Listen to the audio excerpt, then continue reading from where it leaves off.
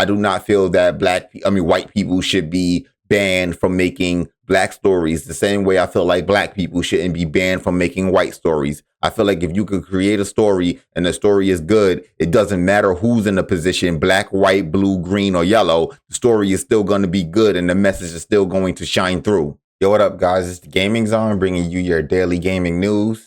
And today we're going to be talking about a Sweet Baby Inc. employee who wants to see gaming burn.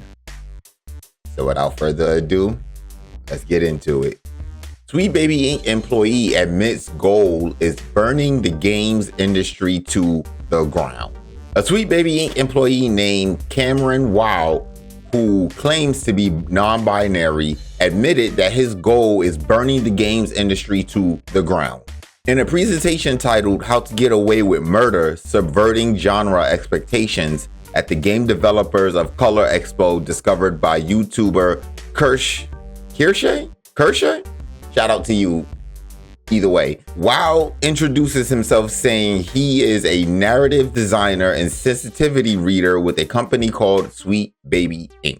Wild, who according to Moby Games worked on Tales of Kenzaru Zao, Suicide Squad Killed the Justice League, Alan Wake 2, The Crew Motorfest, Kingdom 80s, and God of War Ragnarok, then declared the stories we tell each other are way more than entertainment. They are how we create debate and preserve our collective values and belief, and we can and should make better, more expansive, and more representational content.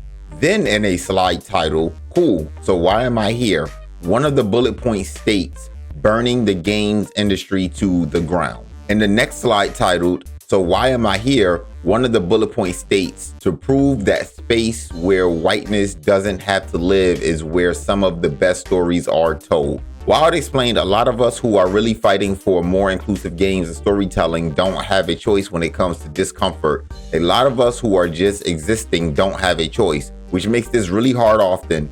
But recently, I started realizing that discomfort, or the place where whiteness doesn't have to live, is where some of the best stories are told, and it's where genre storytelling lives. Later in the presentation, Wild explains why Blazing Saddles is his favorite film. The reason why I love it, beyond some truly Mel Brooksian slapstick humor and fart jokes, Blazing Saddles is extremely aware of social inequity and finds its humor in that darkness, which means I can laugh in a way that is cathartic. It's a movie that isn't making jokes about me, but for me. I think that's really awesome, because you can just tell in the text, but it's also a fact that Brooks worked with black writers to make sure the jokes came at the expense of whiteness and chipped away in an absurd social hierarchy. It's deliberately and unexpectedly a narrative that contributes to the libertarian of people like me. It isn't respectful, it's offensive. But yeah, it offends the right people, which is to me the point of truly incisive, intentional genre work. In one ironic moment during the presentation, Wild did share a nugget of truth. Ultimately, if you're telling a story that misses its audience, that doesn't ring true, or fails to cut in the right direction, the problem isn't that it's just insensitive. The problem is it's bad. However, he then points to Django Unchained being an example of this. While explaining his point of view, Wild stated, so a context-free version of art is supposed to make people feel uncomfortable. As an author, Quentin Tarantino feels like someone who grasps after edginess when they don't really have a human tragedy to explore the depths of. They don't understand that growth comes from trauma, sure, but it also comes from joy. He uses a no pain, no gain mentality that I think is unshakably rooted in white supremacy, patriarchal values, Wild asserted. Stuff like this, like no pain, no gain mentality that is unshakably rooted in white supremacy. Here's how I hear this statement. To me, it sounds like they're saying going through life and dealing with the bumps and bruises that life has to come with is only a white supremacy thing, because we should just have it easy. We should be able to just go through life with no issues, with nothing going on. Everything should just be all hunky-dory and everything should just be fine, sweet, and dandy. But life isn't like that. Everyone that goes through life has to deal with some sort of pain. They have to deal with some sort of struggle. That is the point of life. If you aren't struggling, you aren't growing. People who are so content with just being where they are and just and only doing a bare minimum to get by are the reason why we have a lot of trash going on right now. Like this is ridiculous.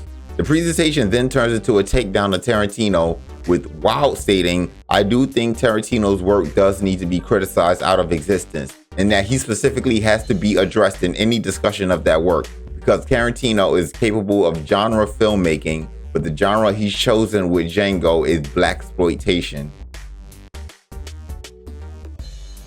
And why? I have my own pet theories. Wild continue. Personally, I think it's the same thing we see with any non-black creator who thinks that black people are cool, but can't really examine the covetous nature of their feelings or their own role in black stories. People who in life met a black person that they wanted to follow or befriend and never resolved it. The equivalent of a little boy pulling a girl's pigtails, but it's a white filmmaker in black paint.